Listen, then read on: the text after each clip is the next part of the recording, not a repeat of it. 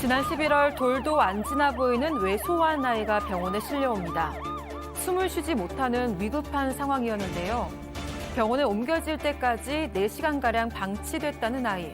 결국 심정지가 왔고 이로 인해 뇌 손상을 입어서 현재 중환자실에서 연명 치료를 받고 있다고 합니다. 그리고 어제 아이의 친모가 아동학대 중상해 혐의로 구속되는 일이 벌어졌습니다. 도대체 친모는 아이에게 무슨 일을 저지른 걸까요? 또 이런 일이 났습니다. 또 지난 11월에 발생한 사건이죠. 네, 지난달 8일에 이 생후 9개월 된 아이가 이 병원에 실려왔습니다. 이 아이 같은 경우에는 친모 지인의 신고로 뒤늦게 병원으로 옮겨진 거였는데요. 이 당시에 4시간가량 이미 방치돼 있었던 상황입니다. 그래서 심정지까지 온 상황이었고요. 이로 인해서 뇌 손상을 입어서 현재 중환자실에서 연명 치료를 받고 있습니다. 지금 생후 9개월짜리가 중환자실에서 연명 치료를 받고 있습니다. 도대체 저 9개월짜리한테 무슨 짓을 했길래? 내 엄마가 어떻게 이럴 수가 있나라는 생각이 드는데요. 아이에게 최소한의 음식도 주지 않았기 때문입니다. 그러니까 분유나 이유식 같은 걸 제대로 먹이지 않아서 지금 체중 감소하고 이제 탈수 상태까지 이르게 된 것으로 확인이 됐는데, 그러니까 영양 결핍 상태에서 아이가 숨을 제대로 쉬지 않는 굉장히 위급한 상황이었음에도 불구하고 이 엄마가 아무런 조치를 취하지 않았습니다. 그래서 이 아이가 심정지까지 이르게 된 건데요. 그래서 일단 혐의는 아동학대 중상해 혐의입니다. 약 5개월 동안 아이의 그 최소한의 먹을 것도 제대로 먹이지 않고 아이를 방치해서 아이가 안타깝게도 이렇게 된 그런 상황입니다. 9개월짜리인데 5개월 동안 방치를 했다. 도대체 지금 상태가 어느 지경이었던 겁니까? 그럼? 쉽게 파악할 수 있는 게 영유아 건강검진 내역이 확보가 됐습니다. 그런데 이게 5개월 정도 됐었을 때 아이가 한 체중 9kg이었다고 하는데 3개월이 지났을 때 체중이 오히려 줄어듭니다. 7.5kg으로. 근데요, 그때 당시 1년 안 된 아이들은요, 키워보신 분은 아시겠지만 하루가 다릅니다. 아이가 석 달이 지났는데 이 돌도 안 지난 아이가 체중이 줄어들고 키는 아예 안 컸다는 건요. 이거 진짜 상상할 수 없을 정도로 이 아이를 굶겼다는 겁니다. 자, 교수님 보신 것처럼 아이가 오히려 성장이 퇴화가 됐다는 거예요. 네? 그러니까 이제 우리가 통상 그 아이들을 길러보면 그 돌 이전에는 그야말로 하루하루가 다르게 키도 크고 살도 붙습니다. 그래서 이제 어떻게 보면은 우리가 뽀빠이 같이 또는 미쉐 X 타이어에서 이렇게 보면 이렇게 막 불러 나오듯이 이런 식으로 아이들이 엄청나게 포동포동 살이 찔 때인데 바로 그때 체중이 줄었다라고 하는 것은 그것도 바로 다른 사람도 아니고 친모라고 하는 여자가 이런 짓을 한 것인데요. 근본적으로 모성 본능이 없는 그런 사람이 아닌가라고 생각이 들고요. 도대체 이 여성은 어디에 정신을 팔고 다니는 것인가라고 하는 그런 측면에서는 매우 의심이 가는 뭔가 원인을 좀 밝혀야 되는 그런 상황이라고 봅니다. 자, 그러면 여기서 두 번째 사건 체크포인트 짚어보죠. 먹던 분유까지 팔았답니다. 이 친모가요, 저는 내 아기를 학대하지 않았습니다. 일부러 그런 거 아니에요라고 하면서 부인을 했답니다. 혐의를.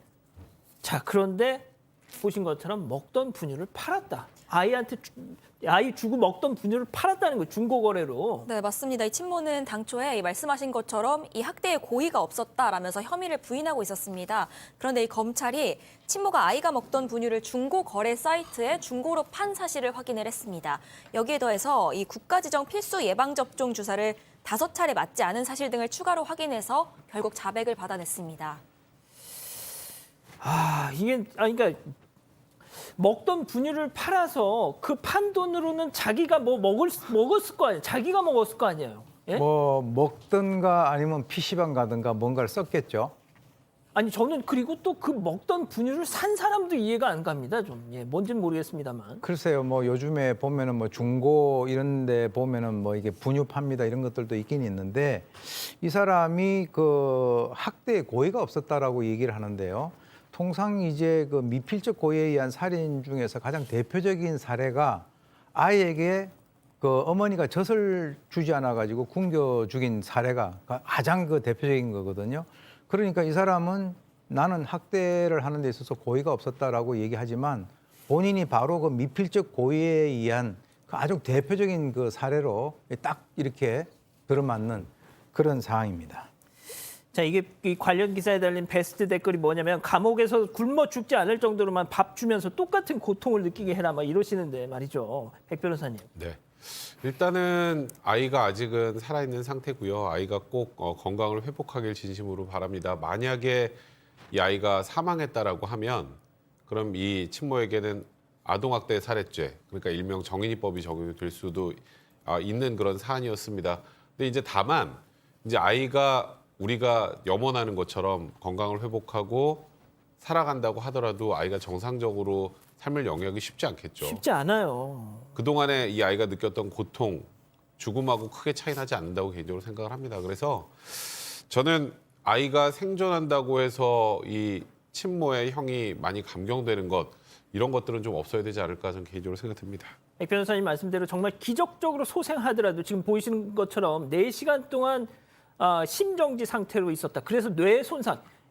살아나도 영구 장애를 얻을 수밖에 없습니다. 예? 양 변호사님. 그리고 지금 우리 가족 여러분들이 이구동성으로 말씀하신 게 친부란 인간은 도대체 어디 갔냐.